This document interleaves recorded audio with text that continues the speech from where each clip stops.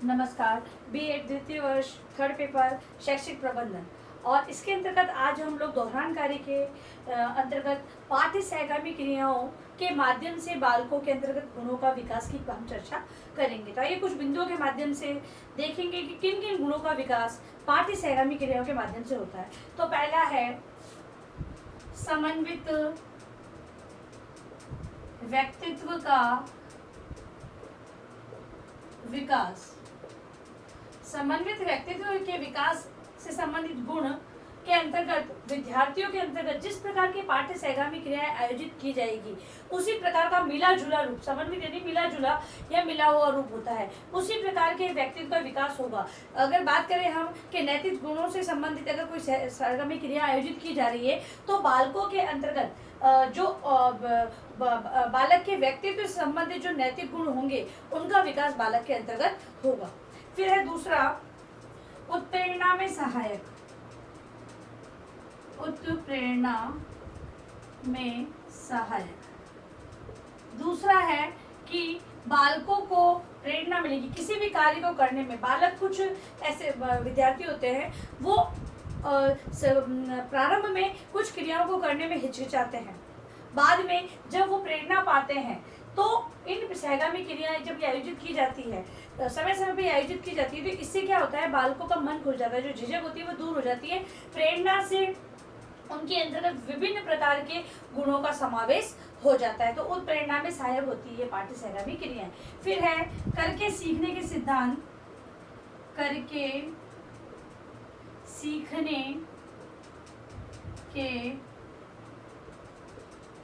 सीखने के सिद्धांत का व्यावहारिक प्रयोग।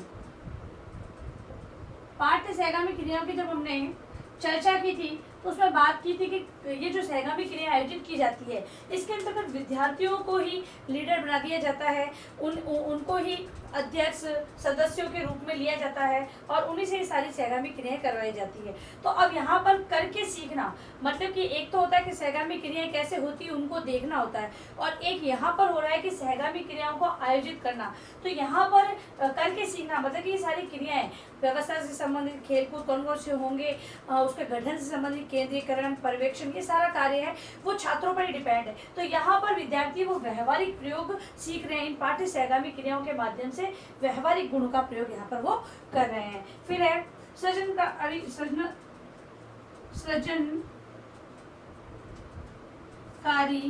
अभिवृत्तियों का विकास। सृजनकारी अभिवृत्तियों का विकास। सृजनकारी अभिवृत्तियों का विकास बालकों के अंतर्गत या विद्यार्थियों के अंतर्गत जो प्रतिभा छिपी होती है इन सहगामी क्रियाओं के माध्यम से वो प्रतिभा उभर कर बाहर आती है और बालक है अपनी रुचि के अनुसार ही कुछ सृजनात्मकता लाने का प्रयास करते हैं। तो यहाँ पर आकर बालक की जो रुचि है जो सामने आई है उभर कर उसका विकास हो रहा है। तो विकास के अंतर्गत यहाँ पर बालक सृजनकारी मतलब कि स्वयं कुछ करके क्रिएटिविटी वाला दिमाग यहाँ पर उनका उत्पन्न होगा। किनके माध्यम से? पाठ्य सहगामी क्रियाओं के माध्यम से। विद्यार्थी हैं पहले केवल वो देखकर समझकर किसी कार्य को कर रहे थे, अब यहाँ पर जब उनको रुचि के अनुसार उनकी अभिव्यक्ति का विकास होगा तब बालक है उनमें जो सृजनात्मकता होती है, क्रिएटिविटी, वो उभर कर सामने आएगी। तो ये गुण अभिवृत्तियों का विकास इससे होता है। फिर है अच्छी आदतों का निर्माण। अच्छी आदतों का निर्माण कि जो पाठ्य सहगामी क्रियाएं होती है वो विद्यार्थियों के अंतर्गत जो अच्छी आदत होती है, जो गुड हैबिट्स होती हैं, उनका विकास करती है। जैसे कि खेल को खेल की तरह से खेलना, क्योंकि इन क्रियाओं के माध्यम से खेल खिलाए जाते हैं। फिर है शिष्टाचार बनाए रखना, कक्षा में अनुशासनहीनता न करना। ये सारी स्थितियाँ इन पाठ्य सहगामी क्रियाओं के माध्यम से विद्यार्थी सीखता है, क्योंकि जब कुछ ऐसी क्रियाएं होती है उनके माध्यम से बालकों के अंतर्गत नेतृत्व क्षमता है, और ये कहें कि नेतृत्व क्षमता के अंतर्गत नियंत्रण है, व्यवस्था है, ये सारी चीजें उनके अंतर्गत उत्पन्न होती है। तो इसके अलावा अच्छी आदत फिर है सामाजिक तथा नागरिकता का प्रशिक्षण। सामाजिकता तथा नागरिकता का प्रशिक्षण। इन सहगामी क्रियाओं के माध्यम से विद्यार्थी में सामाजिक, मतलब कि विद्यार्थी समाज से जुड़ा हुआ है, समाज का अंग है विद्यार्थी, समाज से वो आ रहा है, तो समाज से जुड़े रीति रिवाज हैं, वहाँ पर होने वाले कार्यक्रम हैं, गतिविधियां हैं, उनमें उसे कभी ना कभी तो भाग लेना ही होगा। तो जब इन पाठ्य सहगामी क्रियाओं के माध्यम से बालक यहाँ पर सारी चीजें सीख लेता है, यानी कि उन चीजों का अनुभव उसे प्राप्त हो जाता है, जब वो समाज में जाता है तो उन क्रियाओं को वो स्वतः ही करने लग जाता है। फिर है नागरिकता। विद्यार्थी के अंतर्गत नागरिकता गुण संबंधी, मतलब कि जैसे कि देश की सेवा करना, राष्ट्र के हित से संबंधित कार्यों को करना, दूसरों को सहयोग करना, दया करुणा, ये सारी भावनाएं हैं। ठीक है, तो एक अच्छे नागरिक में जो जो गुण होने चाहिए, उन गुणों का विकास इन पाठ्य सहगामी क्रियाओं का जब आयोजन करवाया जाता है तो विद्यार्थी इसमें सहभागिता लेते हैं और इन सामाजिक और नागरिकता संबंधी गुणों का विकास उसके अंतर्गत होता है। फिर है समय का समुचित उपयोग। समय का समुचित उपयोग, समुचित क्या बोल सकते हैं, सदुपयोग, समय का सदुपयोग भी कह सकते हैं।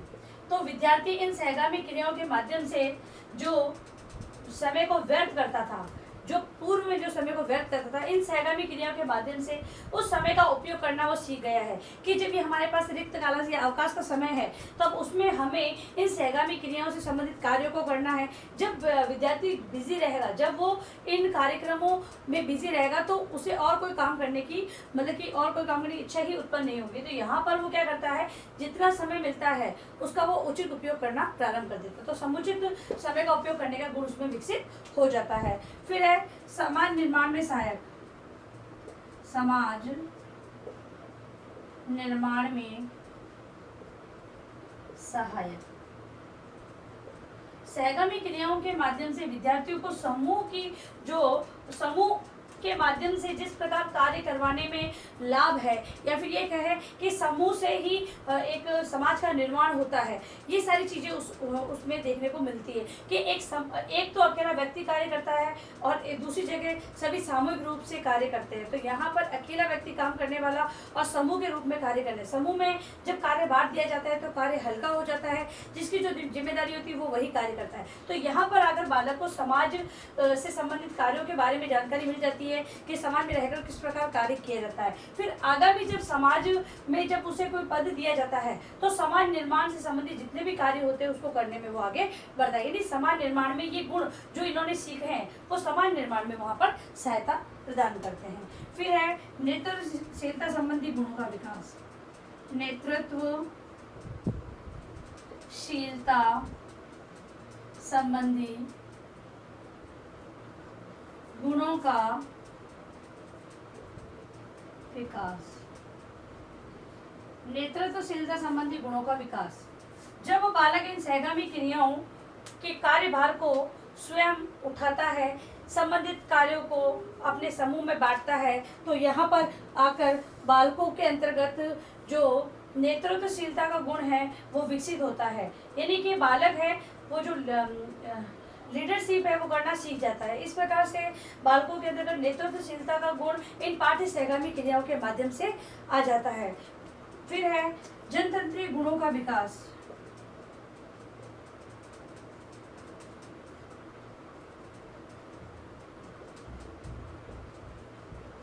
जनतंत्रीय गुणों का विकास।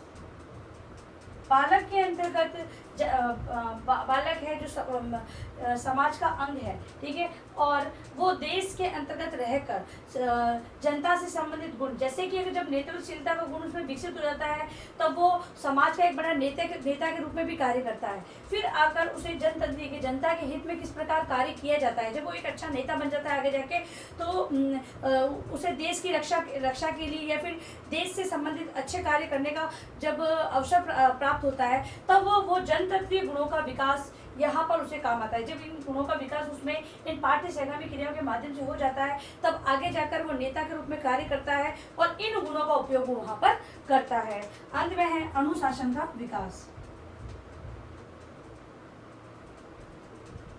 अनुशासन का विकास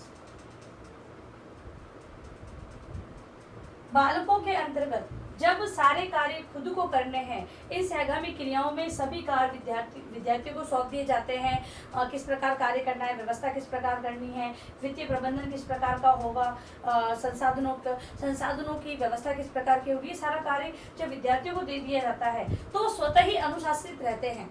यहाँ पर उन्हें व्यर्थ कार्य मतलब बातचीत करना या फिर शोरगुल करना, ये ऐसे अवसर मिलते ही नहीं है, और वो आत्म अनुशासित रहते हुए कार्य करते हैं। जब इन क्रियाओं के माध्यम से बालक में आत्म अनुशासन संबंधी गुण का विकास हो जाता है तो वो समाज में कहें या फिर कहीं और भी इन गुण अनुशासनता को बनाए रखता है, और ये गुण है वो उसके भविष्य में हर जगह वो कार्य करते हैं। अब है अंत आपका गृह कार्य प्रश्न।